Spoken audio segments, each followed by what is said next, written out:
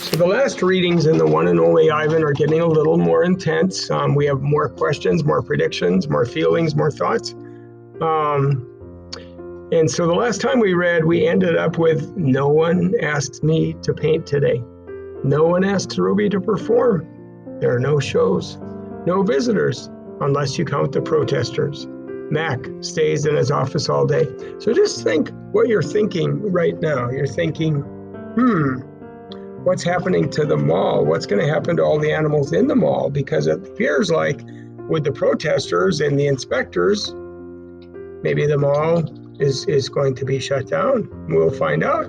Those are my questions anyway. So now we're starting reading 26, and the first chapter title is called More Boxes. I wake up from a long morning nap. Bob is on my belly, but he isn't asleep. He's watching the ring, where 4 men are placing a large metal box. Any thoughts now? What are you thinking? A large metal box. It's me sized. What's that? I ask, still blurry from asleep. Bob nuzzles my chin. I believe this box is for you, my friend. I'm not sure what he means. Me? They brought in a bunch of boxes while you were sleeping. Looks to me like they're taking the whole lot of you, he says, casually licking a paw. Even Thelma. Taking, I repeat. Taking us where? So then you think about Bob, the dog, who probably wouldn't go with them, and they're best friends. So here they're asking to get moved away, and they're maybe not wanting that. So be careful what you ask for, might be what I'm thinking. Well, some zoo probably, others to an animal shelter where humans will try to find them homes. Bob shakes himself. So I guess all good things must come to an end, huh? His voice is bright, but his eyes are far away and sad. I'm going to miss your stomach, big guy. Bob shuts his eyes. He makes an odd noise in his throat. But what about you, I ask. I can't tell if Bob's just pretending to sleep, but he doesn't answer. I gaze at the huge shadowy box, and suddenly I understand how Ruby feels. I don't want to go into that box. The last time I was in a box, my sister died. Next chapter is called Goodbye. When Julia and George come that night, George doesn't get his mop or his broom. He gathers up his tools and belongings while Julia runs to my cage. This is my last night, Ivan, she says, and she presses her palm to my glass. Mac fired my dad. Tears slip down her cheeks. But the zoo lady said maybe they'll have an opening there in a while, cleaning cages and stuff. I walk to the glass that separates us. I put my hand where Julia's is, palm to palm, finger to finger. My hand is bigger, but they're not so very different. I'm going to miss you, Julia says, and Ruby and Bob. But this is a good thing, really it is. You deserve a different life.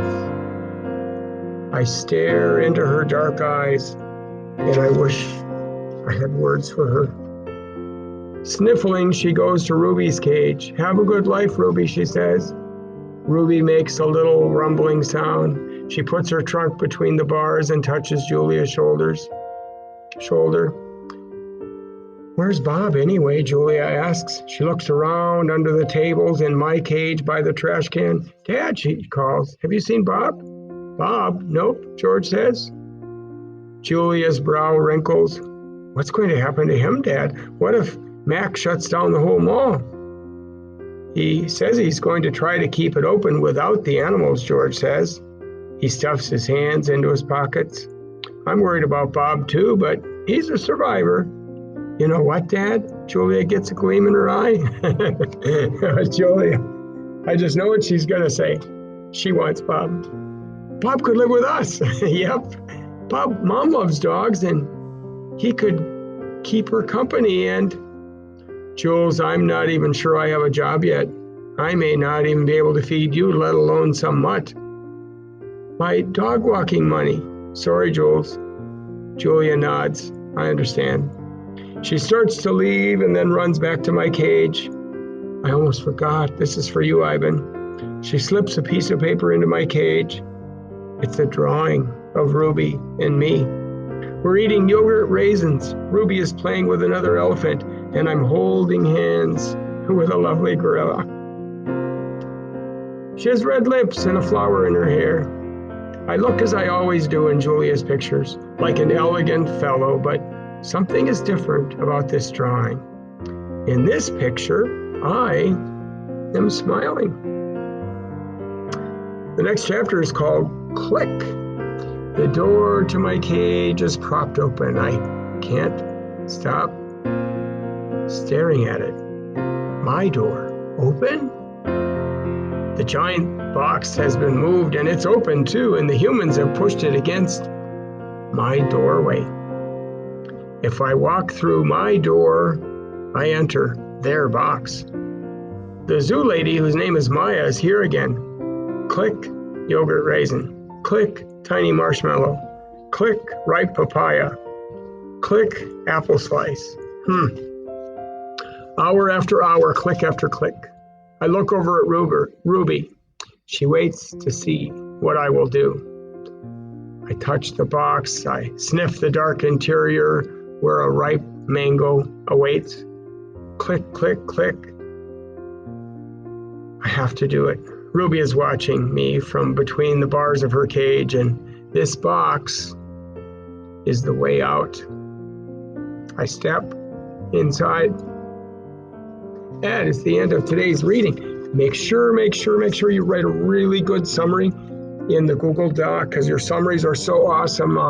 The whole point of this is to soak up a good book, but also to just get so good at listening that we can summarize anything we've heard. I don't want you to write the whole story. Nope, just the main points to show that you've understood it, and then to share your questions, predictions, feelings, and thoughts. And remember too, I said it's really smart to just jot them down quick, not in long sentences, but just quick jots while you're listening to the reading too, because that makes this whole thing go a lot faster. So we'll talk about this tomorrow. Awesome.